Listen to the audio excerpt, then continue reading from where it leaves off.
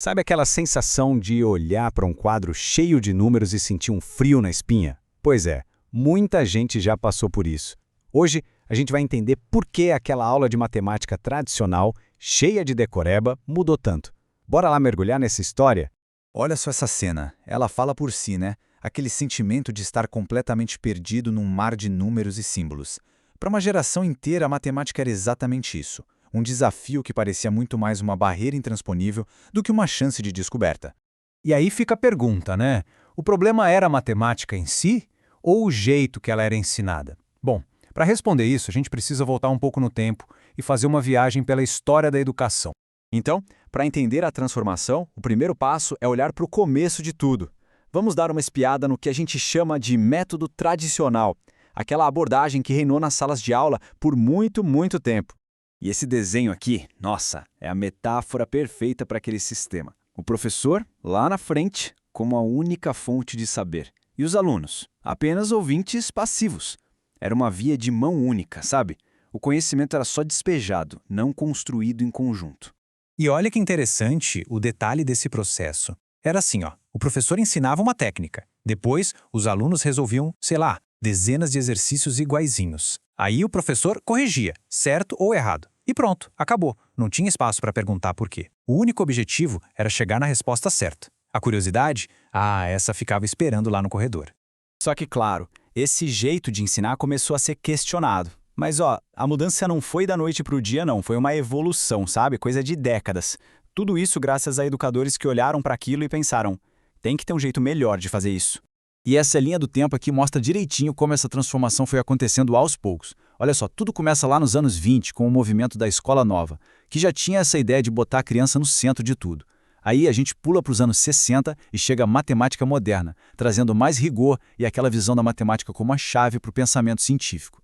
Depois, nos anos 70, uma virada genial com a etnomatemática, que começou a conectar os números com a cultura, com o dia a dia. E, finalmente, nos anos 80, a coisa se consolida. A resolução de problemas vira o foco principal. Cada uma dessas etapas foi tipo um tijolinho na construção de uma matemática totalmente nova.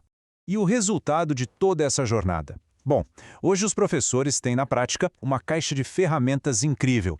Não tem mais aquela coisa de um jeito certo de ensinar. Agora, existem várias metodologias, vários caminhos que podem ser usados juntos para despertar o interesse e, o mais importante, a compreensão. A primeira dessas ferramentas vem lá da Escola Nova. A ideia aqui é simples: o aluno é o protagonista. O aprendizado rola com jogos, com coisas práticas do mundo real e com problemas que partem da curiosidade dos próprios estudantes. É basicamente o aprender fazendo, na sua forma mais pura. Depois vem a herança da matemática moderna. Aqui, o foco muda um pouco.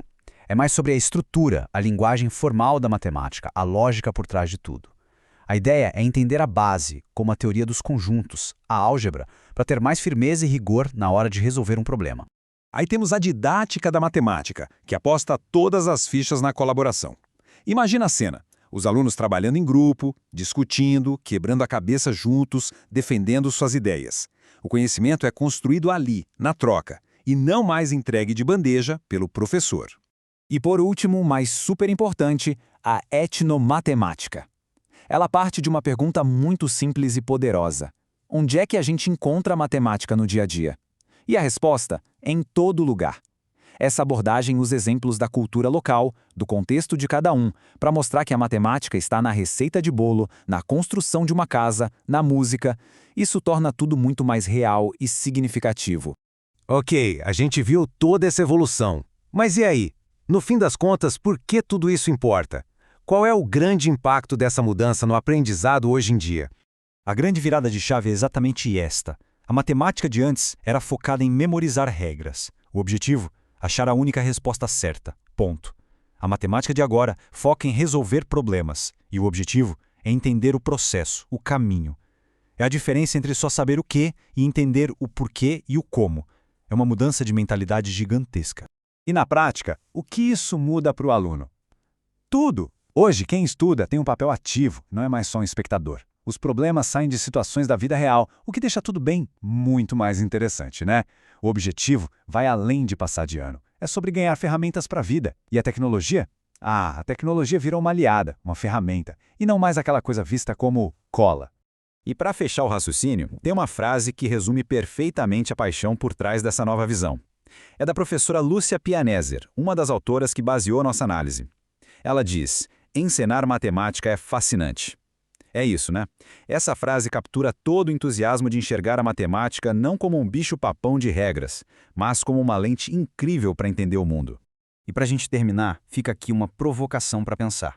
Já imaginou como seria a nossa relação com os números se desde pequenos todo mundo fosse ensinado a resolver problemas em vez de só decorar fórmulas? Talvez, só talvez, a matemática deixasse de ser aquele medo coletivo para se tornar o que ela realmente é, uma ferramenta poderosa para alimentar a nossa curiosidade.